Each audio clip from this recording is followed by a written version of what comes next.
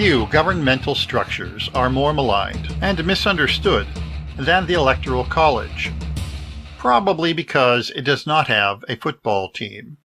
The matter is clouded further by political parties that exploit those misunderstandings when it advances their cause to do so. In recent decades, pundits have confounded the issue by citing how many times a president has won a deciding number of Electoral College votes but lost the popular vote, suggesting that the process is undemocratic, while ignoring the fact that the popular vote does not have a constitutional bearing on the election of the president. If you have been paying attention, you would notice that the folks pushing the elimination of the Electoral College are Democrats or presumed Democrats. This does not mean that Democrats are evil or are hatching a secret plot to take over the country. Well, the second part might be true, but not more so for Democrats than Republicans. Each party demonstrates collective narcissistic psychopathy in turn. Back to the point. It is advantageous for Democrats to advocate for the elimination of the Electoral College because the numbers work in their favor. Historically, registered Democrats outnumber registered Republicans. Choosing a president from a national popular vote would nearly guarantee that a Republican does not see the Oval Office again. Thus, it makes sense that Democrats lobby against the Electoral College, decrying it as undemocratic, and the Republicans lobby for the Electoral College, citing its constitutionality. You can be sure if the numbers were reversed, so would be their positions. In 2000, the Democrats were preparing a campaign to advocate for the Electoral College system when it appeared that Al Gore would win the Electoral College vote and lose the popular vote. Then Al did something stupid, and W squeaked by on the hair of his chinny chin chin, and a little help from the U.S. Supreme Court. The Electoral College is not the problem.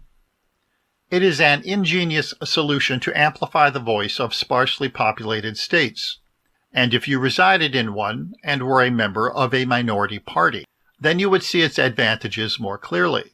And is it not the zeitgeist to amplify the voices of the minority? The problem with the current electoral system is not the Electoral College. It is the unbalanced apportionment of electoral votes. Of course, I do not need to tell you that. You were just thinking it. As you are now well aware, 48 states employ the winner-take-all system. The candidate who receives the majority of votes, even if by a single vote, will be awarded all of the state's delegates at the actual election for the president in December, thus rendering moot, pointless, and a complete waste of time the casting of ballots by voters in states where they represent a minority interest.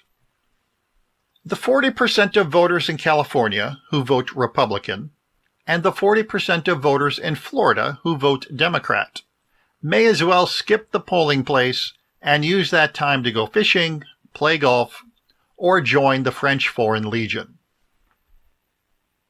As you might expect, the winner-take-all system was implemented by politicians for the sake of expediency and advantage. To gain the maximum number of electoral votes for a state, one need only get more votes than the second-place winner, rather than sharing the spoils with one's competition. Most states have used the winner-take-all system since 1824, when John Quincy Adams was advanced to the presidency, despite not capturing the requisite electoral votes, or even the popular vote. With the exception of Abraham Lincoln, the person in the role of president in the 19th century was entirely inconsequential to the lives of average Americans. The federal government had a minimal budget, only constitutionally mandated departments, and interfered little with the affairs of the several states, not counting that kerfuffle in 1861.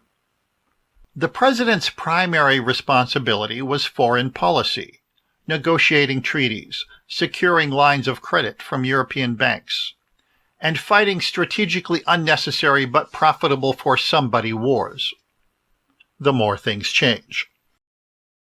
Today's federal government has intruded upon the lives of citizens more than the founders could have imagined, and the several nation-states have become little more than administrative districts of a central government.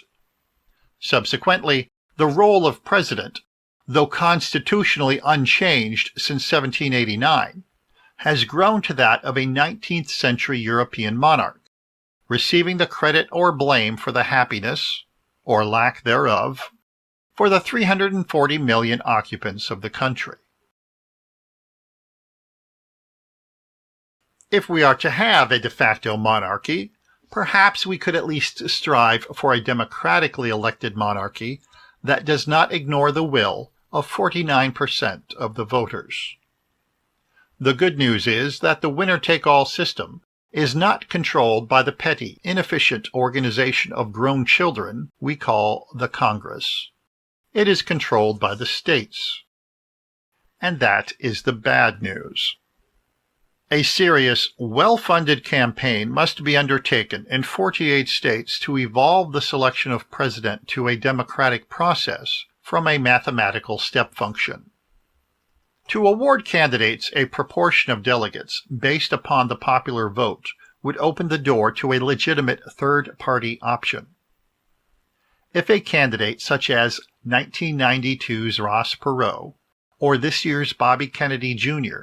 were to win more than, say, 2% of a state's popular vote, then they could be awarded one or more electoral votes.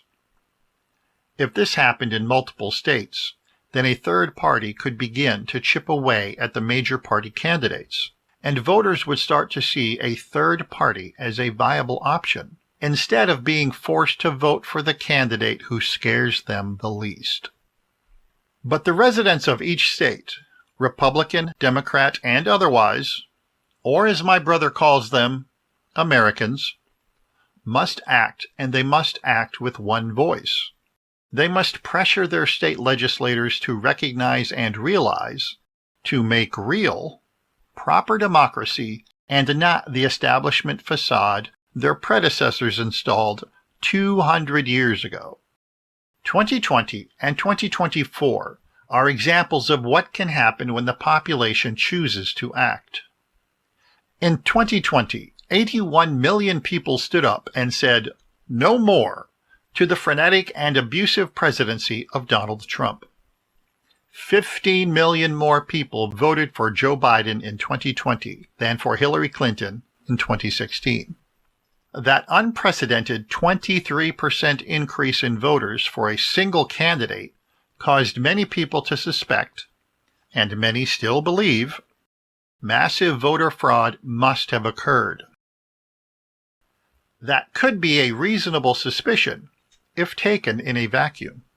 But something else occurred in 2020 that people overlook. The Republican candidate saw an 18% increase in voters, also a record.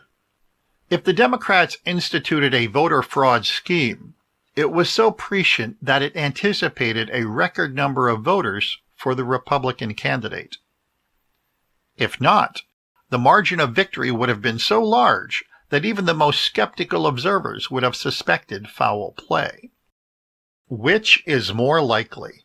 A 50-state voter fraud scheme generated tens of millions of fraudulent ballots and handed the presidency to Joe Biden, or that the first Trump presidency was such a polarizing experience that an additional 27 million people stood up to be counted, nearly half of whom voted for Donald Trump. Presuming the latter, 2024 showed a dissipation of the animosity toward Donald Trump. He maintained his voting base and added 1.5 million people to his supporters. In contrast, the Democrat candidate dropped nearly 9 million votes from the 2020 election.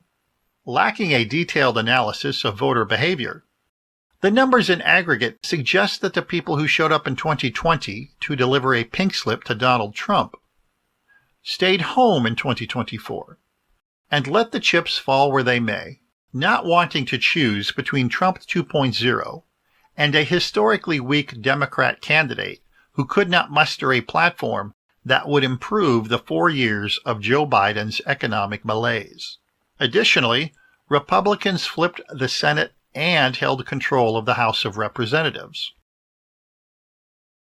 The object lesson here is that when people are motivated, they can produce real and dramatic change.